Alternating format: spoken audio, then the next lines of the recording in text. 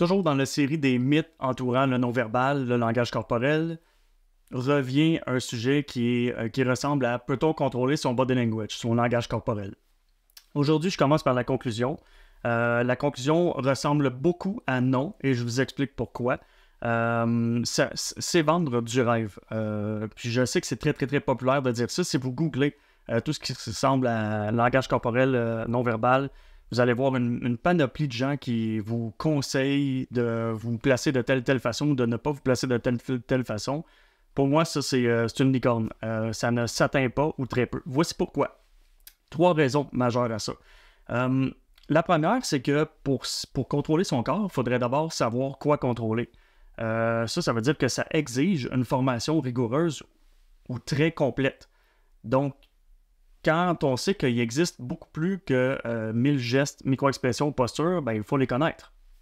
Donc, même si on sait ou on se fait dire qu'il ne faut pas se placer les mains comme ça, par exemple, ben, c'est pas parce qu'on contrôle ce segment-là du corps, comme les mains, que la tête n'enverra pas d'autres signaux, que le torse ne va pas envoyer d'autres signaux, que les sourcils qui se lèvent, qui s'abaissent ne vont pas envoyer d'autres signaux.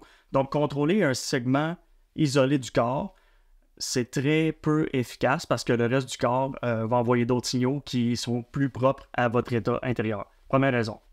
Deuxième raison, tout mouvement qui est artificiellement contrôlé, que ce soit parce que vous positionnez un segment du corps de façon apprise ou que vous vous empêchez de le faire, tous ces mouvements-là qui sont volontairement contrôlés vont paraître artificiels aux yeux de l'autre, donc de vous. Est-ce que avoir l'air artificiel, c'est une bonne chose? Je pense pas que c'est une bonne chose en interaction ou même quand on écoute quelqu'un parler à la télé. Parce que, encore une fois, si vous vous faites dire, par exemple, faut avoir les mains comme ça quand vous parlez à tel type de personne ou dans un point de presse, quand vous allez avoir les mains comme ça, votre corps ne sera pas à l'aise de faire ça parce que votre corps aurait fait d'autres choses que ça. Et vous allez juste avoir l'air bizarre. C'est une sacrée bonne raison, je trouve, pour ne pas contrôler son body language. Et troisième raison, et non la moindre, non seulement il faut comprendre le lexique, il faut avoir une formation rigoureuse, en plus que vous avez l'air artificiel, mais dès l'instant où vous pensez à votre propre body language et donc à quoi faire ou ne pas faire avec, vous venez de couper la communication parce que vous n'écoutez plus l'autre. Et devinez quoi? Dans la vie, quand les gens ne vous écoutent plus, vous vous en rendez compte très, très, très rapidement. On ne parle pas ici là, d'une minute. Là. Quand quelqu'un ne vous écoute plus, on parle de quelques secondes tout au plus. Des fois, ça peut même être quelques microsecondes, notamment parce qu'il y a moins de clignements d'yeux, voire pas du tout. Mais il y a d'autres signaux aussi qui vous disent que l'autre personne ne vous écoute plus. Donc, est-ce que ça peut être bon de contrôler son body language si on coupe complètement la communication? Je pense pas du tout. Ma conclusion maintenant, après ces 3 raisons-là, c'est que ce n'est pas impossible de contrôler son body language, son langage corporel, mais c'est très difficile. Et ça demande tout ce que j'ai nommé. Puis même si quelqu'un y arrivait, c'est tellement peu efficace que c'est vraiment pas une bonne idée. J'ai juste envie de terminer avec quelque chose qui pour moi est important de vous dire. Si vous recevez des conseils par rapport au contrôle de votre body language, donc si quelqu'un vous dit que vous gesticulez trop ou que vous ne gesticulez pas assez, n'écoutez pas ça. Restez vous-même. Votre corps... En fait, là, le truc, c'est que votre corps ne vous trahit pas, il vous traduit.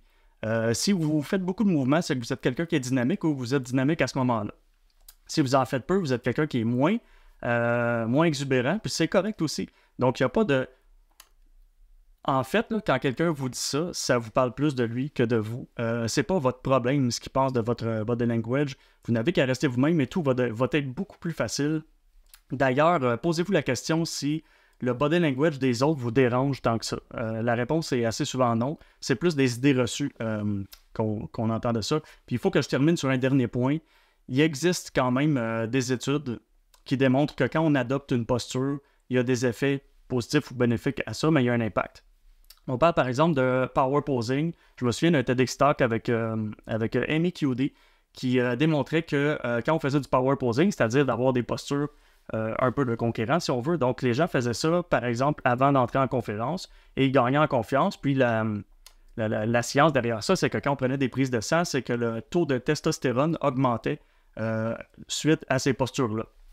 Parce que le cerveau, il fait des liens entre les postures et l'état que vous avez. Donc, ça fonctionne relativement bien parce qu'on sait que le testostérone est notamment corrélé en partie avec une certaine confiance en soi. Donc, évidemment que ça peut être un genre de pansement si on manque un peu de confiance ou on a envie de se craquer avant de monter sur une scène. D'accord, c'est correct, mais il faut quand même comprendre que c'est un pansement qui dure très peu de temps parce que justement, ce que les études, les gens qui véhiculent ça disent pas, c'est que ça dure très peu de temps, cet effet-là. Donc, ça peut faire partie de certaines thérapies brèves, mais encore une fois, dans l'immense majorité des cas, contrôler son body language, c'est une très mauvaise idée.